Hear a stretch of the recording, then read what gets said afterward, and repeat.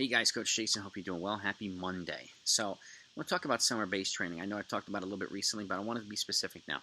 Middle distance runners. What if you're half miler and a miler, or you're coaching them and they're either not on the cross country team, right, or not in the top 7, or just don't run cross country and are getting ready for the fall, right, season? How do you train them in the summer? Is it different than everybody else? Well, to me it is. I mean, let's just say, let's just use the month of June right now, since we're in June, July, August. You put that together, you're at least 12 weeks, right? So, whether it's before preseason or whatnot, before cross-country season, for the most part. So we use that 12-week block, providing teams, runners have already had a little bit of a break. If they don't, then obviously you make a little bit of an adjustment there if they're running into nationals and stuff like that. But how do you train the middle distance runners in the summer? Okay, to me, it's a logical kind of step process, multiple step process. Number one, obviously the first 3 or 4 weeks you're doing mileage, getting up to the goal mileage, all right? And then I transition, I start to add some things, okay? Number one, I want to add a tempo run. But how do you get up to a 20-minute tempo run? 20-minute run is a sweet spot, whether they're running track races, getting ready for track races, or hopping an occasional 5K race or whatnot in cross country too, just to test their fitness and have them racing. So, but how do you get up to a 20-minute tempo run? Because not everybody does it. Now, how often do you incorporate it with your distance runners and middle distance runners, particularly half milers? I don't know many people who do it, okay? But I actually have a video on how to build up to a 20-minute tempo run in 6 pieces.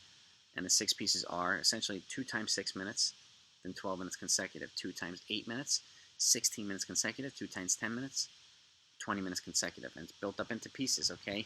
And you can start with goal paces rather than trying to do just 20 minutes consecutively and have the pace be all over the place or have people fall apart. This is a way of locking into your goal pace and building from there, okay? But it's also an important training piece too, because then you can easily transition into VO2 Max stuff.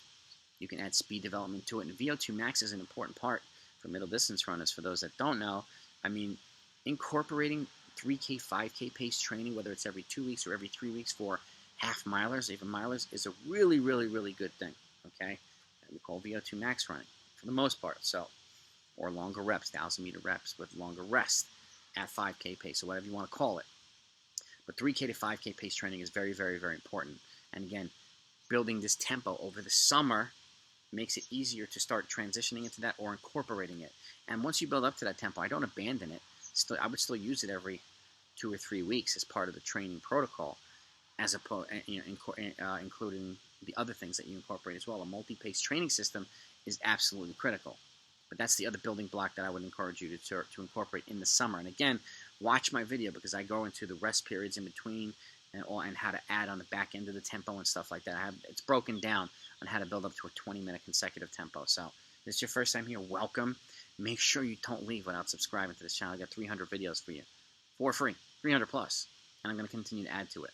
But I wanted to talk about middle distance runners, summer base training, or how to build for the fall, because that is an important key. And again, easy mileage, building the long run too.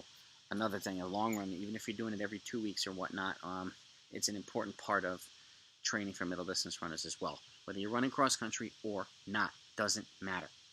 Okay, so that's the other piece too. So mileage, and then you start to phase in your tempo run. You start to do and maybe uphill strides one day, flat strides another day, which is a basic component of speed development. Okay, and then you incorporate maybe some VO2 Max. And what this towards the end, like in August. But what this does is it enables you to test their fitness before the season starts for a 1-mile time trial. I've got a video on that. Why do I say a 1-mile time trial? It allows you to accurately test people's current fitness. Okay? That way you can break people up into training groups and have them train at the appropriate training paces for whatever you're doing. So people aren't hanging on for dear life to hang out with these people, and these people aren't sitting back to wait for these people. So everybody's training at their appropriate training pace zones, and they're getting exactly what they need for their own training. So people are progressing along the way that they should be. But I wanted to give you those tidbits on what to add in the summertime, or how to kind of gradually build it out.